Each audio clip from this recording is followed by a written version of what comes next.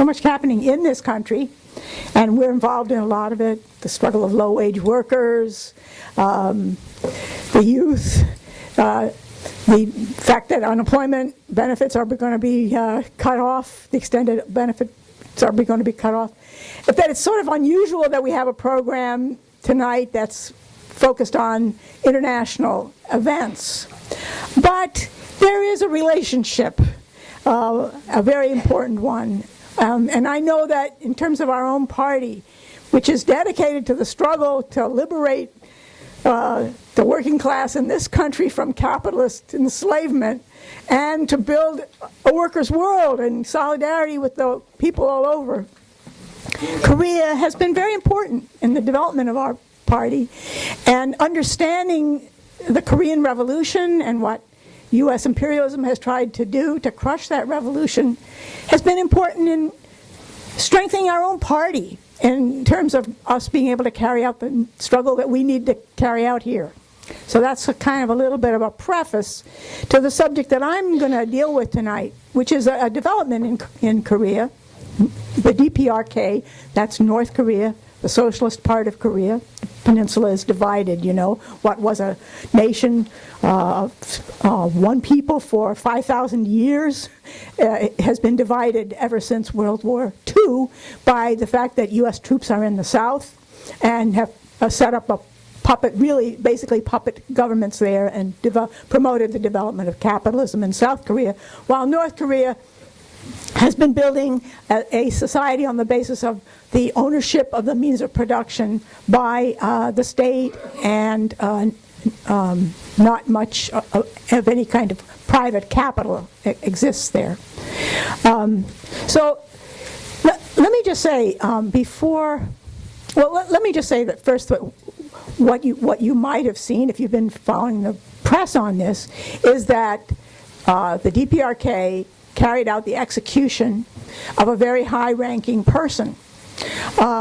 His name is Jang Song-thaek, and he's an older man. He was an older man who had a long history in the Workers' Party of Korea and in the government of Korea. And we have an editorial in this issue of our paper, and I'll read you what the government said about him.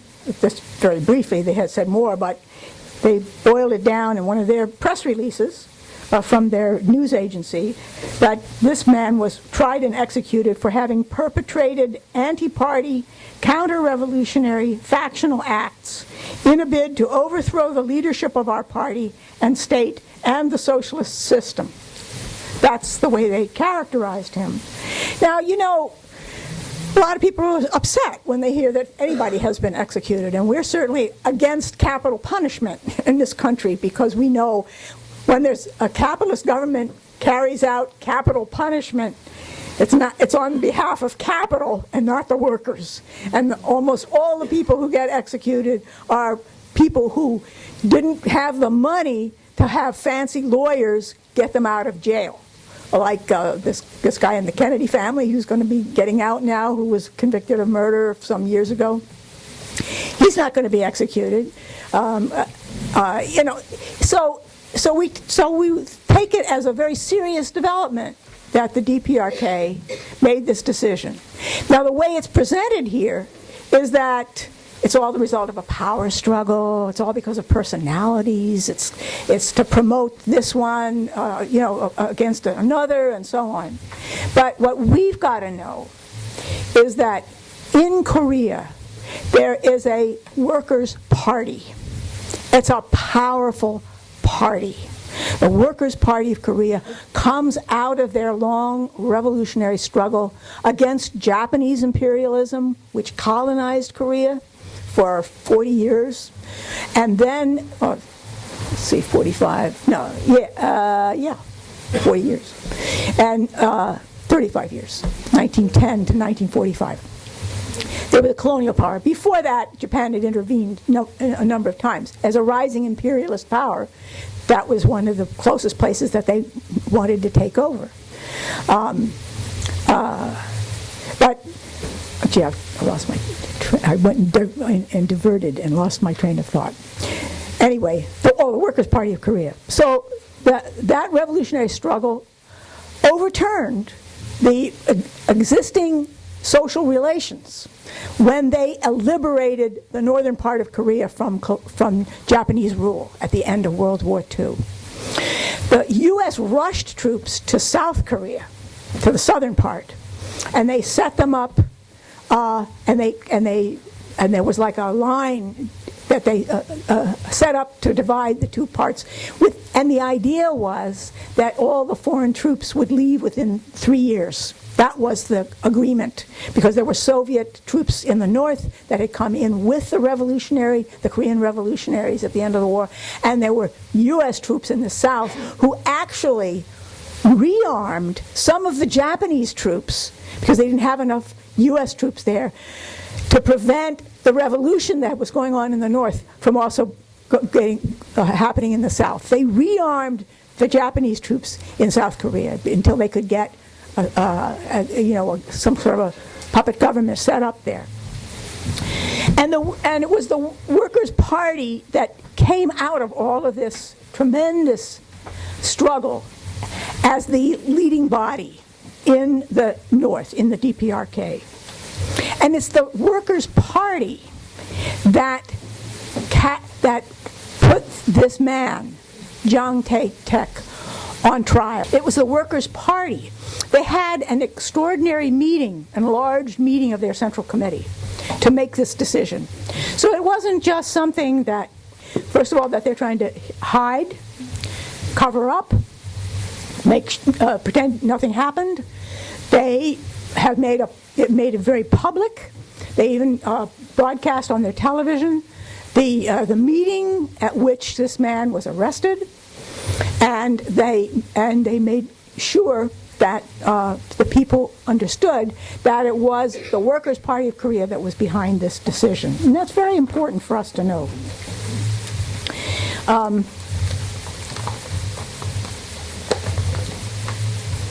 So who was he, and what were the issues in terms as they have been explained not only by the Koreans themselves in that statement that I read to you, but by such organs for the bourgeoisie here, for the ruling class here, as the Wall Street Journal.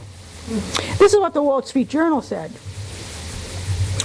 that Jang Song-thaek was seen by China as the most pro-China and pro-business figure in the North Korean leadership. That made him central to China's long-term strategy of building up infrastructure along the North Korean border and encouraging cross-border trade and investment through special economic zones in North Korea. Special economic zones are ones where foreign capital can come in and exploit workers from that country, but in a way that's controlled by the government. They say, and then they go on, this is the Wall Street Journal, it also made him important to the U.S., which has been pressing China to use its economic influence to persuade Pyongyang, that's the capital of the DPRK, not to develop nuclear weapons or threaten military action against the U.S. and its allies. Threatening military action, they're building up their defense because the U.S. has them surrounded just about by ships and bases and everything, and they have had to build up their defense. This has been a huge drain on their economy for decades, but they've been able to do it, and they've maintained their strength. Anyway, so you can see that the way the Wall Street Journal presented it was, this is like hitting back at China. But that's not at all the way the Koreans have put it, nor should we see it in that light. I would expect, and I think this is, will be verified, that there are a lot of Chinese people who would applaud what the Koreans did. A lot of Chinese people see this as a blow against the market, turn to the market, which of course is very, very, has gone very far in China, so that there are billionaires in China now. There's still a state in China that's run by the Communist Party, and there's still enormous state investment in the infrastructure and control over key industries and banking. And that has held the capitalists and the imperialists back to some extent. But it's very touchy in China. You know, this is a struggle within China over how far this is going to go. And so for someone who is seen both in the United States and internationally, Canadian broadcasting had the same thing. They said Jang was a leading supporter of Chinese-style economic reforms, meaning market reforms. So the fact that, you know, both the Koreans and the imperialists see him in the sort of the same light, I think verifies for us the fact that this is not some trumped up charges, that this is what he represented. He was somebody who had been won over somehow to the idea that the only way Korea could progress would be if they opened up to the market, somewhat similar to what China has done.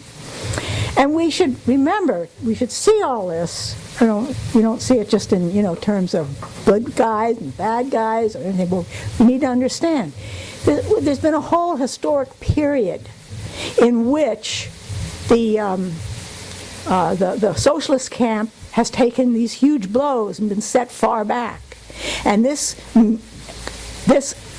leads to the development of currents in all oppressed countries that are seeking to develop a current that says, well, we have to, you know, in some way find a way to do this by by getting some of the capital that's all in the hands of the, you know, the multinational, transnational banks run by the imperialists. We have to get them to invest some of this. Then maybe we can get to the point where we can stand on our own and push them back. But that's very, you know, very risky. But a lot of people think they can't do it any other way, and it's very, very difficult. But you know, at the time of the Korean Revolution, and especially in the years immediately following, what happened when when the U.S. went to war against Korea, China came and defended Korea against the U.S. Attack on them. It was a horrible war, lasted for 3 years. 3 million people were killed, 3 million Koreans were killed in that war. And it's U.S. imperialism that did it, you know, although they called it a UN action. But it was Sam Marcy, who was the founder of this party, who wrote at the time. He looked at it in the light of Marxist theory and Leninist theory about the character of the contemporary world. The Russian Revolution took place, it was the first successful workers' revolution, 1917. It took place in a country that was both an oppressed country and an oppressor country, because Tsarist Russia had incorporated many oppressed peoples into their national boundaries. But they were also exploited and oppressed by the Western imperialists in Western Europe. And it was the combination of those things that brought about a revolution in the country. But it only succeeded because of the leading role of the working class. And the working class was a minority of the population. They were not the biggest class in Russia at that time.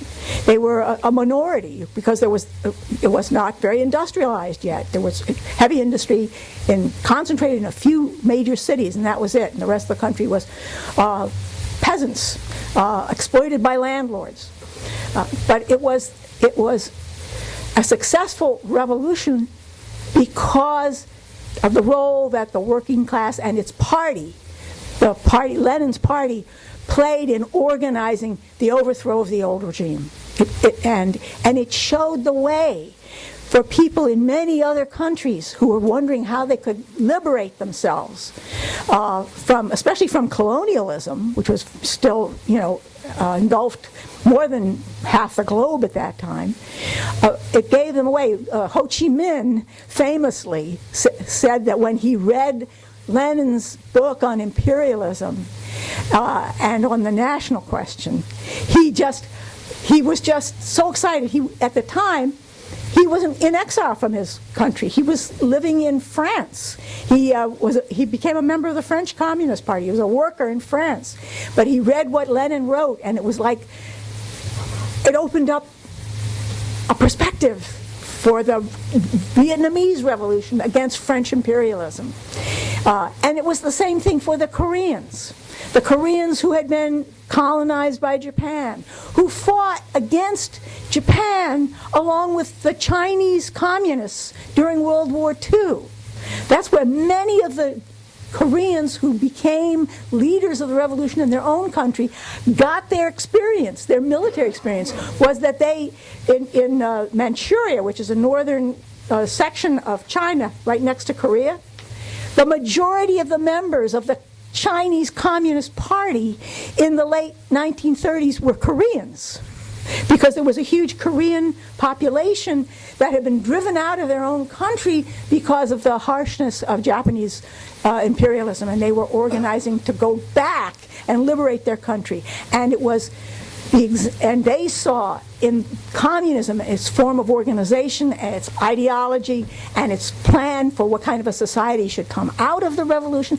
They saw the answer of how they would become free. But that answer, once imperialism sort of got its second wind after World War II, especially U.S. imperialism, they rebuilt the European imperialist countries. They helped them get over. They wanted to build them up because it seemed that the socialist revolution that had started in Russia was going to sweep through Europe. So they wanted to build up Europe, and so that whole period led to a decline in the possibility that it seemed to many people to be able to have a revolution of their own along the lines of a communist revolution. And the liberation struggles succeeded, like in Africa and some parts of Latin America, they succeeded in getting rid of colonial political regimes, but they didn't succeed in getting rid of capitalism, and they didn't succeed in getting rid of imperialist economic penetration. So I'm just saying all of this because now we look at what's going on with Korea, and we say, what does it mean? Is it a sign of a weakness that they had to do this? It certainly is a sign. It's certainly serious. Very serious. But the fact that they did it, and that they didn't just succumb to all the pressure to move to the right, to go, look to solving their problems by opening up to the capitalist market, even if in a limited way, that they didn't go that road and have taken a strong step, a very strong step. Isn't that going to be encouraging? I think for many people it will be encouraging. Now, what's the reaction been in the DPRK? Well, we're not there right now. The media is very quiet generally, and they're not saying much about what's happening among the people in reaction to this. But they did report. Now, this happened on December 9th. And on December 16th, there was a huge military mobilization, or like a big rally, enormous, in a huge central square they have called Kim Il-sung Square in the middle of Pyongyang, where tens of thousands of soldiers came out and demonstrated. And and it was on the anniversary of the death of Kim Jong-il, who was the previous leader before the current younger man, Kim Jong-un, became the leader of the party and of the state. And you would say, would a government or a ruling body that had just carried out a dramatic execution like this of someone, if that were not popular, would they want to bring all those soldiers right into the center of the heart of their city for a military display? What if there was such, what if the reaction was one of like, oh, this is terrible? It would certainly encourage there to be some demonstration of opposition. But it wasn't anything like that. And the imperialist media are not saying much about the reaction on the street. But I did see just some little snippets, not any of the papers here, but internationally, that said, people were saying, well, he should have been gotten rid of. This is what he wanted to do. He wanted to, betray our socialist system. So. That's from the bourgeois press now. That's not from the Korean press. So, now? Let me bring in another element in all of this for us to try to evaluate, and that is what's the situation in South Korea right now? In South Korea, there is a very right-wing government. I mean, some of the Korean movement people call it a fascist government. The person who's the elected president, and by the way, there's a whole struggle over whether the election was fair or not, is the daughter of the military dictator, Park Chung-hee, who ruled for a long time and carried out massacres against the students and so on. And she's now the head of this government and the leader of a very reactionary party. Now, there's been an uproar, really, in South Korea over this issue of election fraud that ushered in this right-wing government. And there was a lot of people coming out and saying that they had manipulated the way the vote went. And right when this sort of uproar reaches crescendo in the mass media and so on, the government went and arrested 6 leaders of a small left-wing opposition party and charged them with plotting to overthrow the government. And they're in jail now. So, I mean, it was ridiculous to think that a parliamentary party, which is like a coalition party, would be organizing, some kind of underground thing for the overthrow of the government. And I think that this story that the government has put forward, it doesn't have much credibility. But what it showed was that the government was going to move against anybody who was going to challenge them from the left. What else is going on there? Well, a bunch of students were just arrested for hanging a banner on the building of the ruling party, which is called the Sanuri Party, telling the regime that to step down. They were arrested. But here's the biggest thing that's going on. There's a huge, and we're not reading about this here, I don't think. I mean, and maybe you've seen it, but my guess is you haven't. There's a huge strike of the railroad workers who have gone out. Started with 6,000 and some hundred railroad workers. Is now up over 8,000. They've now been out longer than at any previous time in the history of this union, and it's all over the plans of the government to privatize the national rail service. And it's a general strike among of railroad workers. And the union leaders have been arrested, but the workers are still out on strike. Now here's something that I want to read to you. It's a statement from the General Federation of Trade Unions of Korea, which is the trade union federation in the north. They made this statement supporting the railroad workers on their general strike. They say, They termed the strike an explosion of the towering grudge. You gotta understand the translation here is a little rough. An explosion of the towering grudge against the puppet authorities, meaning this reactionary government, which is a puppet of U.S. imperialism and has been ever since, the war, which seek to reduce workers into slaves of comprador capital and foreign monopoly capital. Comprador capital meaning the capital that's in the hands of South Korean millionaires, and foreign capital, you know what that is. And leave the issue of the livelihood of the toiling masses to the tender mercy of bloodsuckers keen on the unethical competition of capital. So they're hitting away on a class basis at the regime in the South. And they're showing, they're not just saying, well, in solidarity with you in your struggle, and we hope you get, better conditions or something. They're attacking capitalism itself in their statement.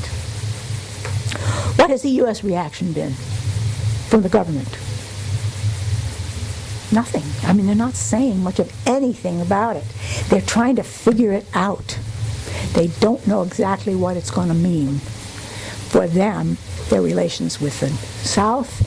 They're, attempt to get negotiations to get the DPRK to give up its program for nuclear defense, which is something that they've gone ahead with.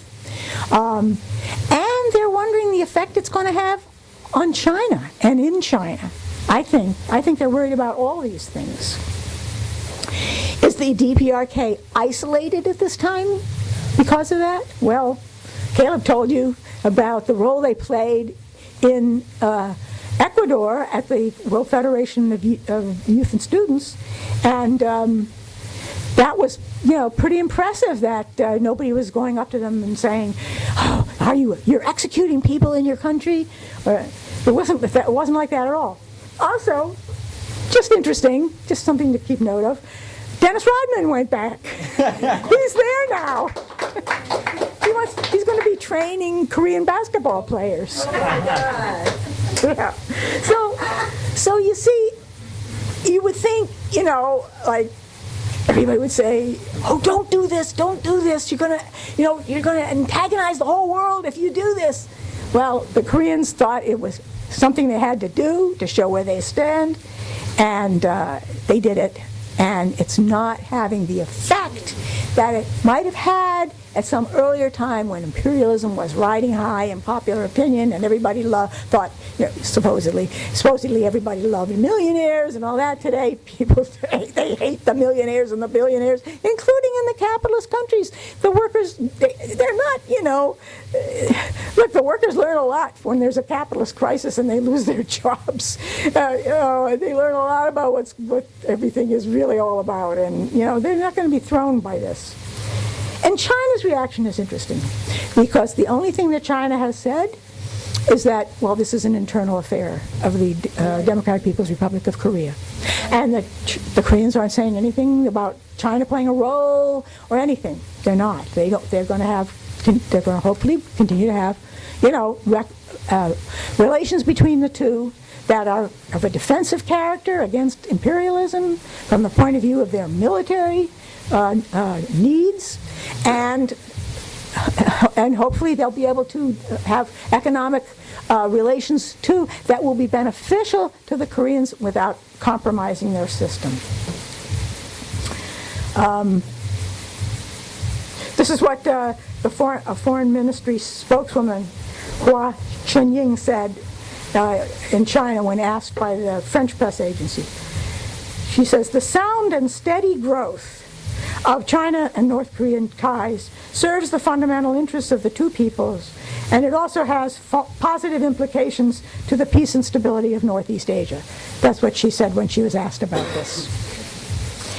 One final point I wanted to make, and that is that it's not the same, but just from the point of view of something like, a serious problem that has been dealt with in a somewhat similar way in the past.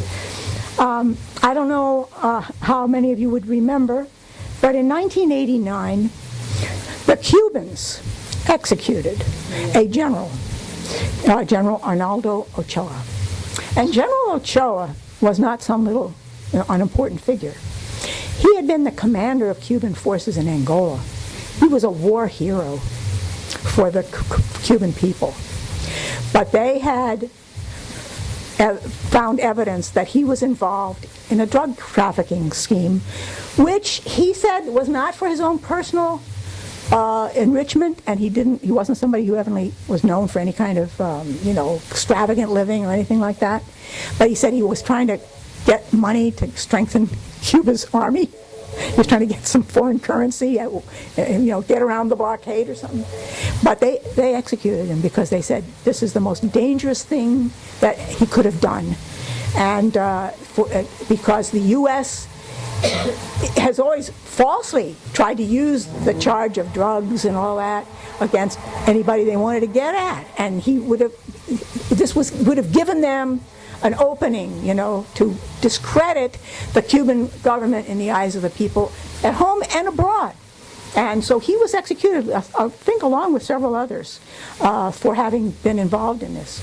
So this is not without precedent in the sense that a socialist country that's in a very tight and tense situation in regard to imperialism finds there's a breach within their own leading ranks of conduct that will drag them down for one reason or another, and that they have to take a very strong stand and stop it. And I think, in my opinion, that's what the Koreans have done.